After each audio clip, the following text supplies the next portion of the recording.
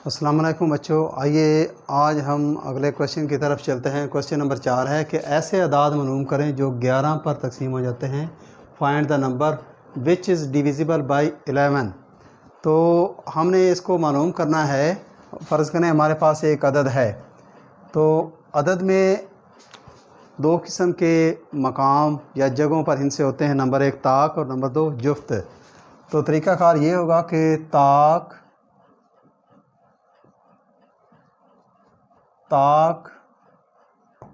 जगहों वाले हिस्सों का मजमुआ फ़र्क जुफ्त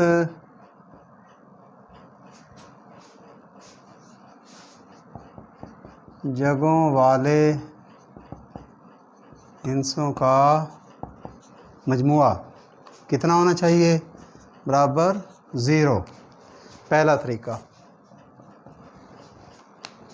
0। दूसरा तरीका 11। यानी करना क्या है कि कोई भी हमारे पास अदद है, नंबर है, उनके हमने ताक अदाद के जो हिस्से हैं, ताक जो जगहों पर हिस्से हैं उनको जमा कर लेंगे और जो जुफ्त हैं उनको जमा कर लेंगे। उनका मजमुआ, दोनों के मजमुए का फ़र्क निकालेंगे, या तो 0 हो या फिर 11 हो। इसके अलावा कोई भी हो तो वो 11 पर अदद तकसीम नहीं होगा।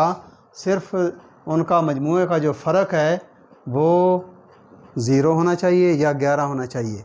अब हम इसकी मिसाल आपको देते हैं। अब ये देखें 1749। अब इनके जो ताक वाले लेते हैं 9 और 7, 7 जमा 9, इनका मजमुआ कितना है? 16। 4 जमा 5 9, 2 जमा 7 9। अब इनका फ़र्क देखें 0। तो ये बच्चों दो ही तरीके हैं,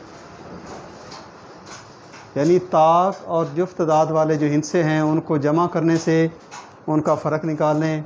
तो अगर 0 आए या 11 आए तो इसका मतलब वो अदद यानी 2574 ये 11 पर तकसीम हो जाता है और 1749 ये 11 पर भी तकसीम हो जाता है। तो आइए अब करते हैं 2-3 क्वेश्चन। बच्चों ये क्वेश्चन हमारे पास हैं। पहला क्वेश्चन है कि 2550, 3673 और 8415। अब इनको हम वेरीफाई करते हैं कि आया कि इस तरीके के मुताबिक क्या अदाद बनते हैं। देखें पहला सवाल लें। 0 जमा 5 बराबर 5, 2 जमा 5 बराबर 7।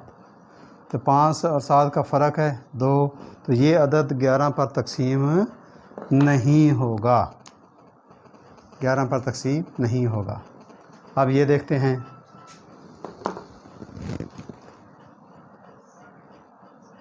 3 जमा 6 9, 3 जमा 7 10, फ़र्क 1, ये भी 11 पर तकसीम नहीं होगा। अब इस तरफ चलते हैं। 8 जमा 1 9, 5 जमा 4 9, फ़र्क 0, ये 11 पर तकसीम हो जाएगा। तो इस तरह करके आपने बच्चों निशानदेही करनी है और बाकी सारे के सारे क्वेश्चन आपने बाकी खुद हल करने हैं। शुक्रिया।